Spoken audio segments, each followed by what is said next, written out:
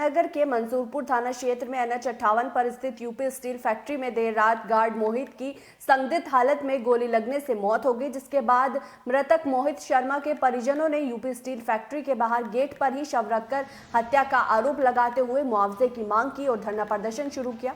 मृतक के परिजनों के धरने में भारतीय किसान यूनियन के जिलाध्यक्ष योगेश शर्मा, आरएलडी दल से जुड़े कई क्षेत्रीय नेता और समाजवादी पार्टी से राकेश शर्मा भी पहुंचे और अपनी मांगों को लेकर जोरदार नारेबाजी के साथ प्रदर्शन जारी रखा। यूपी स्टील फैक्ट्री में धरना प्रदर्शन की सूचना मिलते ही एसडीएम सदर परमानंद झा, सीओ खतौली रविशंकर, मंसूरपुर थाना प्रभारी रोजेंद्र त्यागी फोर्स के साथ पहुंचे और उन्होंने रालोद के नेताओं को समझाने बुझाने का काफी प्रयास किया। कई घंटों हंगामा प्रदर्शन के बाद प्रशासन, जिला प्रशासन और लोगों के बीच उन लोगों ने वार्ता की, जिसके बाद प्रशासन ने उनकी पत्नी को 15 लाख का चेक मुआवजा के तौर पर दिया, जिसके बाद देर शाम धरना प्रदर्शन समाप्त हुआ। एसडीएम साहब, यहाँ पे हंगामा हो रहा था, एक मौत हुई थी, क्या पूरा मामला है, क्या किस तरह से समाधान हुआ? ग्राम नरा में यूपी स्टील एक फैक्ट्री है जिसमें मोहित शर्मा गार्ड के रूप में यहाँ तैनात थे। कल संदिग्ध परिस्थितियों में इनकी मृत्यु हो गई थी, तो लिहाजा जो है यहाँ इनके परिजन हंगामा कर रहे थे।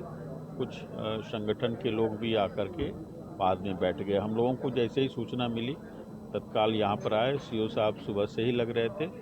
मुझे चूँकि सामूहिक विवाह का कार्यक्रम था तो मुझे वहाँ छोड़कर मैं भी आ गया।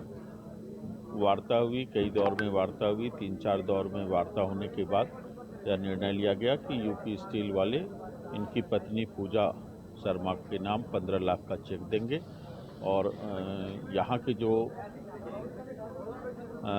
जिसके कारण से, जिसके गलत व्यवहार से और गलत फीडिंग के कारण ऐसी कार्रवाई हुई, उसको ब्लैक लिस्टेड कराएंगे। फर्जी कागजात का भी मामला बताया जा रहा है। फर्जी कागजात नहीं है, वो कागजात है कि वो गलत ढंग से उसको प्रस्तुत किया गया है।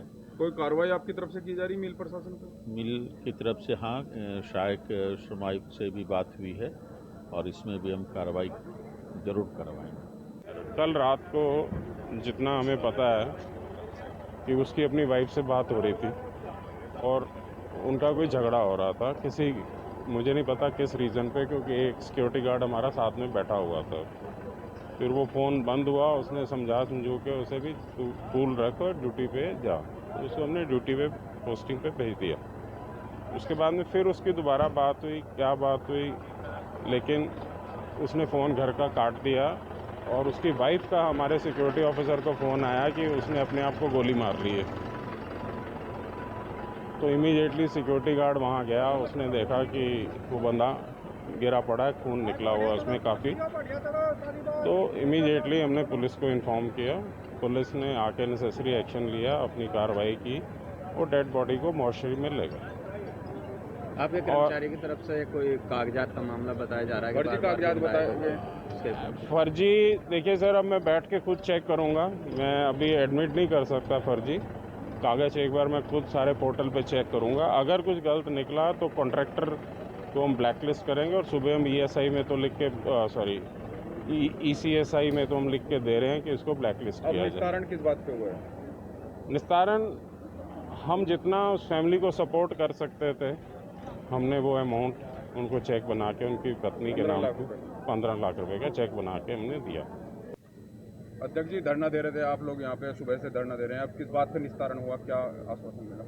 देखो, आश्वासन नहीं मिला भाई, आश्वासन लेने के लिए नहीं आए थे। एक हमारे परिवार की मोहित शर्मा की मौत हो गई थी यहाँ, तो हम उसके परिवार की आर्थिक रूप से इस कंपनी के माध्यम से, प्रशासन के माध्यम से 15 लाख रुपए का उन्हें चेक दिलवाया गया है। देखो, पूर्ति तो कोई किसी की कर नहीं कर सकती, लेकिन जो दुर्घटना का उसके परिवार में छोटे 2 बच्चे हैं, उसमें आर्थिक रूप से हमने 15-20 लाख रुपए की हमारी मांग थी, लेकिन बीच में हमारा प्रशासन आ गया। प्रशासन के सहयोग से जो भी उन्होंने कहा, 15 लाख रुपए का चेक उन्हें दिलाया गया परिवार को। और आगे भी उस परिवार की हम जो भी हमारे सहायता होगी, संगठन क्षेत्र के लोग वो भी करेंगे, वो बात अलग से रही। रेल कर्मचारी की तरफ से गुमराह करने का मामला था, किस तरह कार्रवाई? देखो, इन्होंने जो एक ठेकेदार यहाँ लगा रखा, उसने बड़ा कागजों में हेरफेर कर रखा। किसी का ऐसे कार्ड में रजिस्ट्रेशन नहीं है, किसी का पीएफ नहीं काट रहा, कुछ नहीं कर रहा।